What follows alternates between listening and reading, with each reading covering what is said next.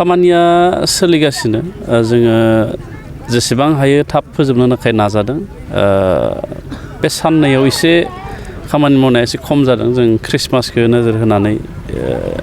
आरो गोबां रायजो राजाफ्रा क्रिसमास फालिग्रा बहाय दङ दा बेखायनो बिथांमोननि सुबिदाखौ नायनानै बे साननैयाव जों एसे खमायदों नाथाय माखासे जायफोरखौ जोङो पेन्डेल बानायनाय बा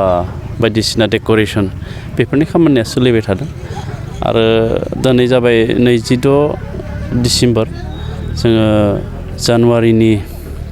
2-3नि गेजेरावनो जोङो कमप्लिट खालामनायनि थांखिखौ लानाय जादों आरो बे हिसाबै जों मावगासिनो दङ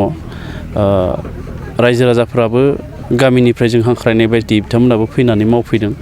दा बे हिसाबै जोङो जानुवारि दाननि 3-4आवनो जों गासिबो खामानिखौ कमप्लिट खालामगोन आरो जिहेतु दिन्थिफुंसालिखौ जानुवारि दाननि 6 खालारावनो बेखेवनायनि खोथा बुंदों दा बे हिसाबै बेखौबो जोङो जाहैगोनखौ जोङो नुहुरदों जोङो दिन्थिफुंसालिनि जि पेन्डेल बा जि न' लुफुंना होनांगौ बेखौ लुफुंनानैल'सो होनांगौ मालाय दखानिफ्रा गावबा गाव साजायनानै लाफैगोन दा बेखायनो जों बेखौबो टाइम बायदियै दिहुनहैनो हागोनखौ जोङो नुहुरदों मा आलादा मोनसे जितु 64थि जथुम्मायाव एगजिबिसनखौ सिगां खालामनाय जादों बेखौ जोंनि जायगायाव सावरायनाय जादों आरो जों गोबां कनफारेन्सफ्राव मोनसे खोथाखौ खोनाबाय थायो जे सानथामनि कनफारेन्सनि थाखाय जि एगजिबिसनखौ खरसा खालामनानै बा खस्थ' खालामनानै बानायनाय जायो दा बेयाव दखानिफ्रा फैनानै 2 बा 3ल' फाननो मोनो बेहाय बिथांमोना जि ट्रेन्सपर्टेसन बे ट्रेन्सपर्टेसननि बिथांमोननि एमाउन्टआ सोरनाबा बांसिन जायो सोरनाबा मिलाया बिदि मोनसे बाथ्राखौ जों खोनाबाय थादोंमोन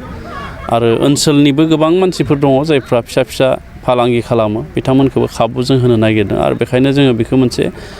मेला बायदि खालामनानै एगजिबिसनखौ जोङो बे सानथाम आवगायैहायनो खालामनायनि जों थांखिखौ लानाय जादों आरो बेजों जायफोरा फालांगि खालामो बिथांमोना मुलाम्फा जागोन आरो ओनसोलनि रायजो राजाफ्राबो जायफ्रा गावनो नांगौ जानाय मुवा बेसादफोर बेखौ बायनानै लानो हागोन आरो गुबुननिफ्रायबो बेखौ बाजार खालामफैनायाव बिथांमोना सुबिदा जागोन आरो जायखिजाया जों मोनसे बेहाय 64थि बर' थुनलाइ आफादनि बोसोरसालिया जे जुथुमा बे जुथुमाखौ जों बेबायदिनो मोनसे गोसोखांथियाव थानाय एबा मोनसे गाब गोनां आरो मेहेर गोनां जों खालामनायनि थांखि लानाय जादों 6 तारिखआव जिहेतु एगजिबिसनखौ बेखेवगोन बेखेवगिरि जा बिसोरखौलाय बेखेवगिरि हिसाबै दासिम फाइनाल जायाखै जोङो सावरायलायनानै आरसिजों आरो जोंनि लकेलजों जों सावरायलायनानै बे बेखेवगिरिखौ जोङो थिग खालामनाय जागोन देग्लायनि बोसोरारि जथुम्मायाव थियाटाराबो जायगा मोनदों बर' थुनलाइ आफादनि जथुम्मायाव बेनि सायाव मा फोरमायो थियाटाराबो जोंनिनो हारिनिनो मोनसे सम्पद हारिमुनि राव थुनलाइनि बियो मोनसे आयदा आरो बे हिसाबैनो बिथांमोनखौबो जों बे बर' थुनलाइनि बे जुथुम्मायाव खावलायनाय जादों अदेबानि बिथांमोना जि खालारावनो बिथांमोननि दिन्थिफुंनाया जोबगोन दा बेखौ जुथुम्मानि मोनसे मेहेरगोनां आरो गाब गोनां खालामनो थाखायनो जोङो थियाटारखौबो हांख्रायनाय जादों माबे थियाटारा बेयाव